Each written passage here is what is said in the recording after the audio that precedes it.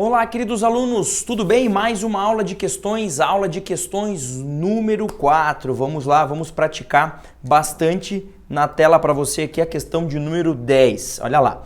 Em execução movida por Alan contra Bruno, escoado o prazo de pagamento voluntário e havendo a ordem de penhora de bens do executado, foi feita a penhora de um apartamento localizado em Bela Praia catarinense. O bem avaliado em R$800 mil. Passados 4 meses, em razão de um desastre ambiental, a praia em questão foi gravemente poluída, o que a tornou imprópria para banho, situação que levou à clara desvalorização do imóvel em questão, tá? Letra A.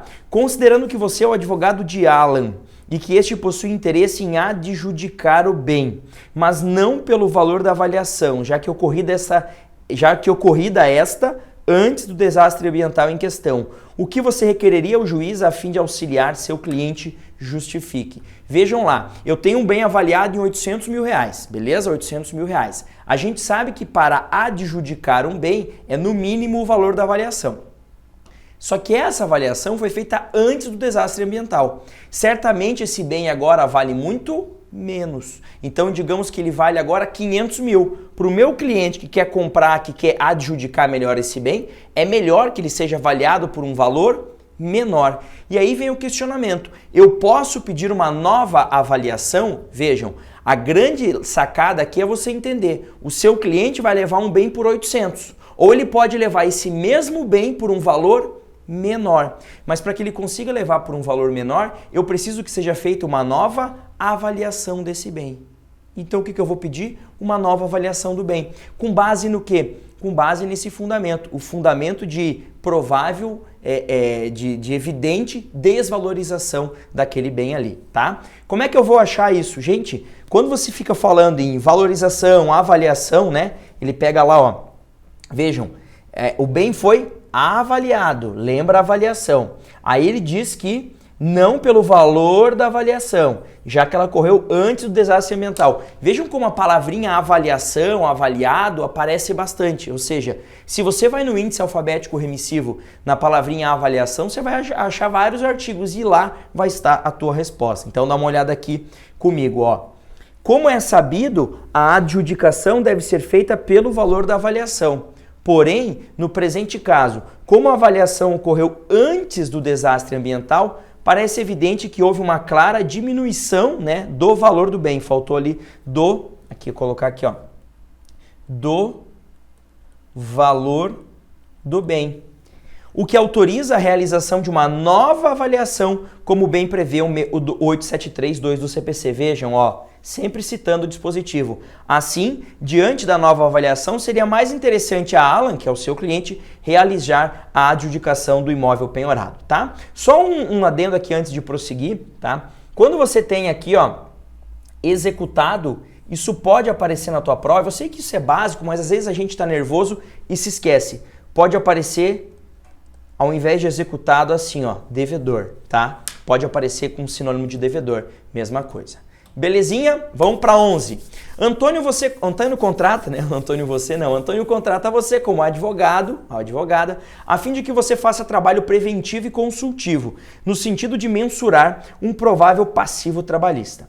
O contrato foi firmado de forma escrita e assinado pelas partes e mais 2 testemunhas, tá? A sua obrigação foi cumprida, conforme o pactuado, tendo sido concluída a prestação do serviço dentro do prazo contratual. Porém, Antônio não pagou quantia de R$12 mil, que fazia parte da avença, né? Avença, acordo, contrato.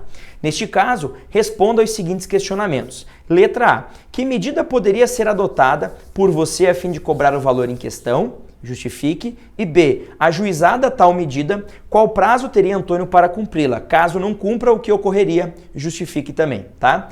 Vou dar uma dica aqui de ouro para você. Sempre que na prova da OAB, tá? Seja a peça, seja a questão, não importa, tá? Ele quiser que o teu cliente,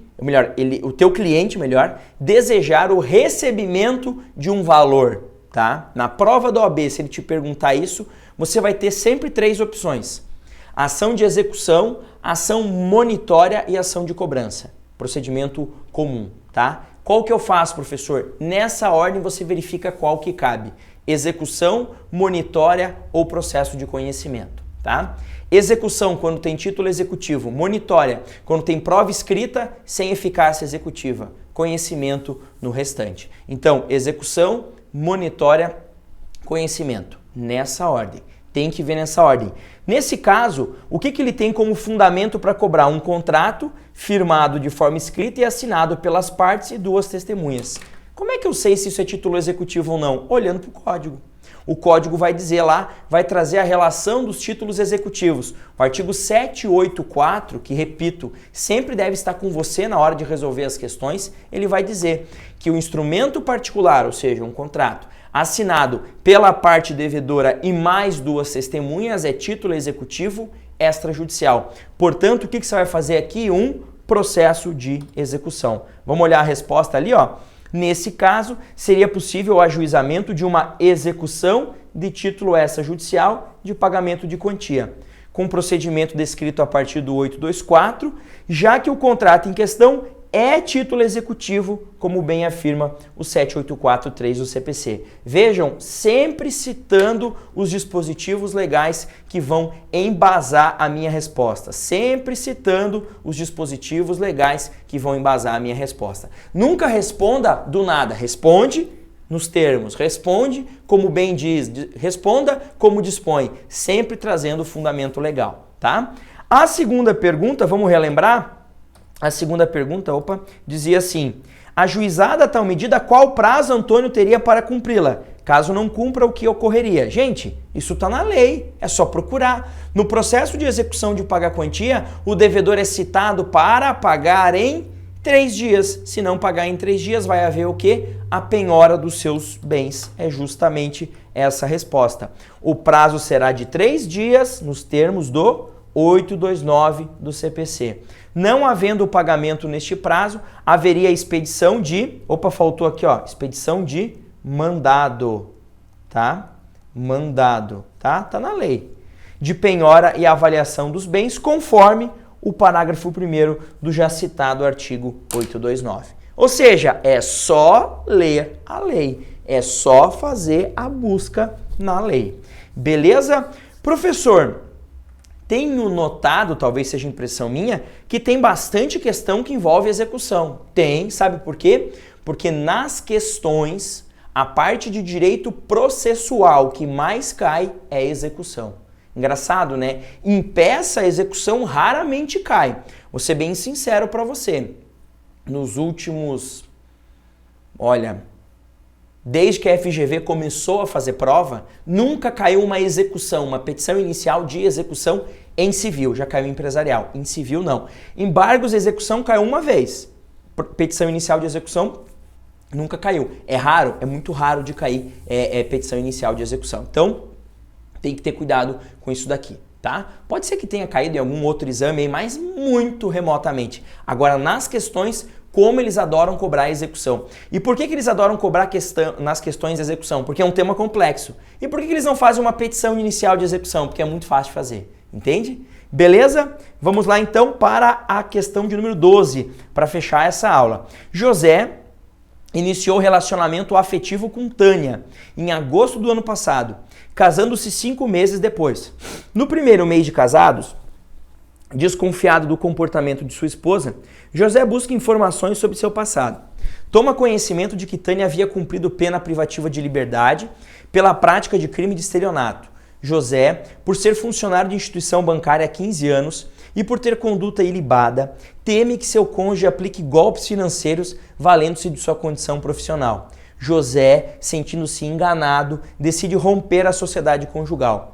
Considerando que você é advogado de José, responda aos itens a seguir, empregando os argumentos jurídicos apropriados e a fundamentação legal pertinente ao caso. Dica de ouro para a sua prova, tá? A FGV, ela não quer saber se você sabe que a pessoa pode se divorciar ou não, porque isso é meio óbvio, né? Eu quero acabar meu casamento, eu vou lá e me divorcio, ponto final. E não tem não tem fundamento jurídico para se divorciar, basta a vontade. Então ele não quer saber isso. Pergunta, fulano pode se divorciar de ciclano? Se forem casados, pode. Se não forem, não pode, porque não são casados. Tá, então divórcio não é não. Sempre que ele trouxer alguma coisa dizendo que são casados, presta atenção, dizendo que duas pessoas são casadas e querem romper e pergunta como devem fazer isso, tá? De duas, uma. Uma, ele quer que você responda que pode ser divórcio extrajudicial, que é bem tranquilo. Quando não tem filhos incapazes, quando tem acordo sobre tudo. Bem tranquilo isso. Outra, ele quer que você diga que é possível a anulação do casamento. Tá? E aí tem que cuidar, porque existem hipóteses específicas de anulação do casamento. E uma delas é o chamado erro sobre a pessoa. Sabe aquele papo que você fala assim? Ah, eu me casei com você, mas eu só te conheci mesmo após o casamento. Todo mundo que se divorcia vem com essa história, né? Eu me divorciei da minha mulher porque ela era uma pessoa, mas na verdade ela era outra. Eu só descobri como casei. E a mulher a mesma coisa. Ele era super romântico, trazia flores todo dia. Depois que casou, pronto. Ele mostrou quem ele realmente era. Deixava toalha molhada na cama, saía para beber com os amigos e me deixava sozinho e por aí vai. Sempre tem essas reclamações, tá? Isso é um erro essencial sobre a pessoa? Não, tá? O erro essencial sobre a pessoa é aquele erro que, se você soubesse da verdade, você não teria casado. Então, por exemplo, eu adoro criança, né? Eu adoro criança, adoro a Gabizinha, minha filha, tal, quero ter outros filhos. Se eu descobrisse que a minha mulher tivesse participado de um ritual de violência contra crianças, por exemplo, ritual de magia negra, lembra que tinha isso antigamente e batiam em crianças, cortavam parte de corpos, alguma coisa assim? Eu vou falar, jamais eu casaria com uma pessoa dessa. E a mesma coisa uma mulher, às vezes, é apaixonada por criança, casa com uma pessoa e depois descobre que aquele marido dela foi condenado no passado por crime de estupro de criança. Ele, opa, peraí, eu não quero casar com um estuprador de criança. Se eu soubesse disso, eu não teria casado. E mais ou menos foi o que aconteceu aqui. Ele, super ilibado, trabalha numa instituição financeira há muito tempo, ou seja, se ele soubesse que ela tivesse sido condenada por isso, talvez ele não teria casado. Isso é causa para anulação do casamento? É sim. Beleza? Então vamos dar uma olhada ali, ó, tá? E veja o seguinte, ele pede para reverter o estado de casado. Quando você anula o casamento, você é casado, depois da anulação você deixa de ser casado. No divórcio, você casa, se divorciar, você vira divorciado, entende? Você não volta a ser solteiro com o divórcio. Você muda o estado civil, você era solteiro, casado, agora divorciado. Agora, sou solteiro, casei, anulei o casamento, eu volto a ser solteiro, porque há anulação, há o retorno das partes ao estado de coisas anterior, aquilo que a gente chama de status quo ante, tá? Então, nesse caso, como ele quer reverter o casamento, não é divórcio, obviamente é anulação. Olha lá, viu? Tá na cara, eu nem tinha lido, mas tá na cara. No caso, seria possível a propositura de ação anulatória de casamento, já que o cometimento de crime por parte de Tânia não era de conhecimento de José, o que configura o tal do erro essencial sobre a pessoa e torna insuportável a convivência do casal. E aí eu trago os dispositivos. Salienta-se ainda, tá? Só para complementar, para mostrar para o examinador que eu sei bastante. Professor, e se eu não sei? Não responde, tá? Agora, se você tem convicção, pode colocar um pouquinho a mais, responda o que ele pediu e se quiser agregar um pouquinho, claro, com certeza do que você está falando, coloca, tá? O prazo do ajuizamento da ação é de 3 anos contados da celebração, porque o 1560 vai dizer, né, que é possível, ou seja, o que demonstra que ainda tem prazo para fazer isso. Você vê, olha lá, a resposta está em artigos todos eles próximos, por isso que eu digo, o trabalho na segunda fase da OAB é um trabalho formiguinha, de você ir lá, pesquisar, sair estafado, sair cansado da prova. Eu brinco que a segunda fase da OAB exige mais transpiração do que inspiração, já a primeira não. A primeira exige que você tenha estudado muito mais, porque são muitas matérias e não dá para consultar nada, tá? Só para fechar essa aula, teve aluno que me mandou mensagem dizendo assim, professor, por que você não separou essas aulas de questões por temas? Eu vou contar um negócio para você, eu vou abrir o meu coração agora. Eu gravei todas as aulas de questões por temas, então tinha lá, aula 1, tema, execução. Aula 2, tema, locação de bens móveis. Aula 3, tema, alimentos. Aula 4, tema, sucessões. E gravei tudo.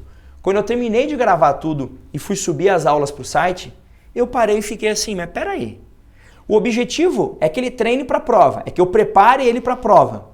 Na prova ninguém vai dizer qual é o tema.